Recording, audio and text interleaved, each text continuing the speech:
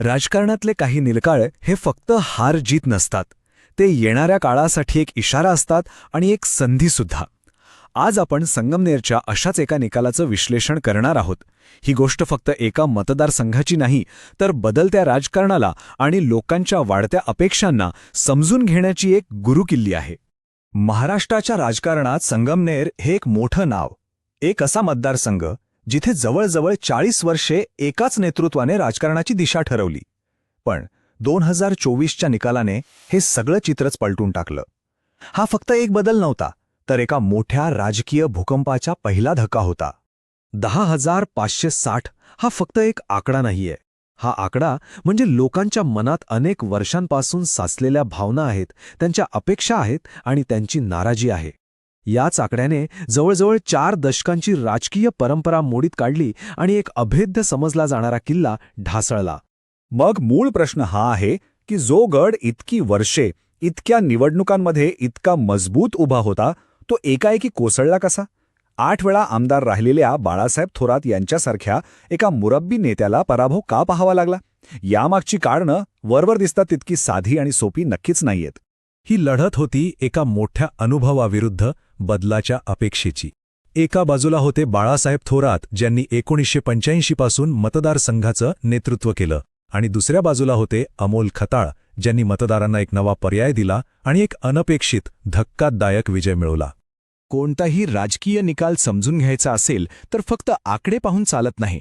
आपल्याला त्या भागाची नस पकडावी लागते, तिथली सामाजिक, आर्थिक आणि भावनिक जडणघडण समजून घ्यावी लागते. चला संगमनेरच्या मातीचा आणि तिथल्या माणसांच्या मनाचा अंदाज घेऊया. संगमनेरची सामाजिक रचना पाहिली तर इथे विविधतेत एकता दिसते. जवळपास 28% मुस्लिम लोकसंख्या असल्यामुळे इथलं राजकारण नेहमीच सगळ्यांना सोबत घेऊन चालणारं राहिलं आहे, आणि हीच सामाजिक वीण इथल्या राजकीय निर्णयांवर थेट परिणाम करत असते. इथले मतदार खूप जागरूक आहेत. साक्षरतेचा दर बघा, जवळजवळ 91% आहे. याचा अर्थ काय? तर ते फक्त भावनिक मुद्द्यांवर नाही, तर विकासाच्या मुद्द्यांवर विचार करून मतदान करतात. आणि इथली अर्थव्यवस्था ती पूर्णपणे शेती आणि सहकारी चळवळीवर अवलंबून आहे. हीच इथली ताकद आहे आणि कुठेतरी हीच एक कमजोरीसुद्धा. संगमनेरची जमीन सुपीक आहे, इथली सहकारी चळवळही मजबूत आहे. पण एक खूप मोठी पोकळी आहे, ती म्हणजे स्थानिक उद्योगांची. उच्च शिक्षण घेऊनही तरुणांच्या हाताला गावात काम नाही. त्यांना रोजगारासाठी पुणे, मुंबई किंवा नाशिकला जावं लागतं, आणि हीच खदखद, हाच असंतोष या निकालाचं मूळ कारण बनला. चला आता या निकालाचं थोडं खोलात जाऊन विश्लेषण करूया.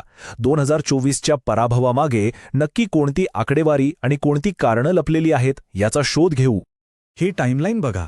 बाळासाहेब थोरात यांचा विजय नेहमीच मोठ्या फरकाने झाला आहे. कधी 50,000, कधी 70,000. मताधिक्याचा आकडा प्रचंड असायचा. इतकी मजबूत पकड असताना 2024मध्ये थेट उणे 10,000वर गाडी येणं हे काय दाखवतं? हे दाखवतं की बदल एका रात्रीत झालेला नाही, तर पाण्याखाली असंतोष खूप दिवसांपासून धुमसत होता. मतांच्या टक्केवारीतली ही घसरण तर अजूनच धक्कादायक आहे. 2019मध्ये ज्या पक्षाला 64% मतं मिळाली होती, तो पक्ष थेट 46%वर आला, म्हणजे जवळजवळ 18% मतांची घसरण. याचा अर्थ सरळ आहे की फक्त काही गट नाराज नव्हते, तर तुमचा हक्काचा पारंपरिक मतदारही तुमच्यापासून दूर गेला होता. मतांमधली ही घट म्हणजे केवळ आकड्यांचा खेळ नाही, तो लोकांच्या भावनांचा आरसा आहे.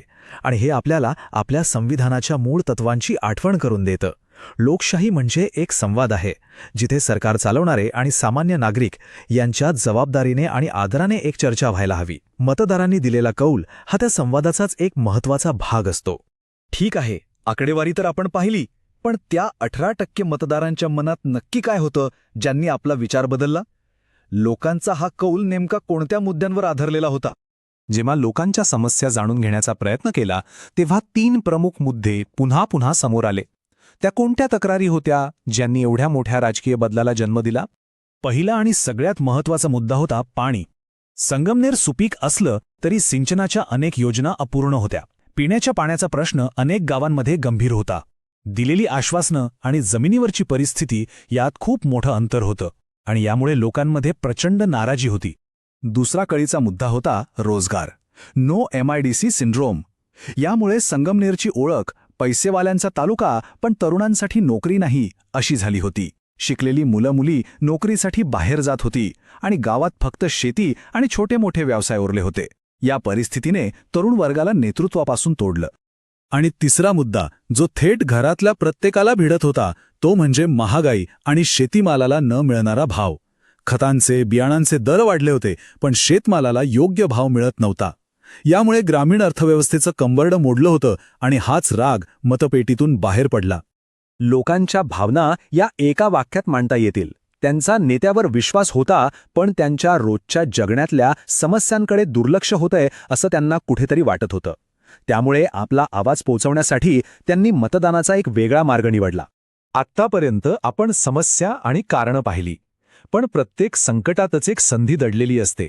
या पराभवातून शिकून गमावलेला विश्वास पुन्हा मिळवण्यासाठी आणि पक्षाची पुनर्बांधणी करण्यासाठी एका ठोस विचारपूर्वक योजनेची गरज आहे.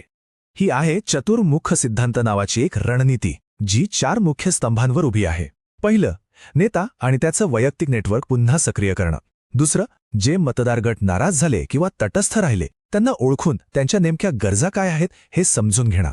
तिसरं, पक्षाची स्थानिक रचना म्हणजे बूथ लेव्हलपर्यंतची संघटना मजबूत आणि कार्यक्षम बनवणं. आणि चौथं, विरोधी पक्षाची ताकद कुठे आहे आणि त्यांच्या कमकुवत बाजू कोणत्या आहेत याचं अचूक विश्लेषण करणं.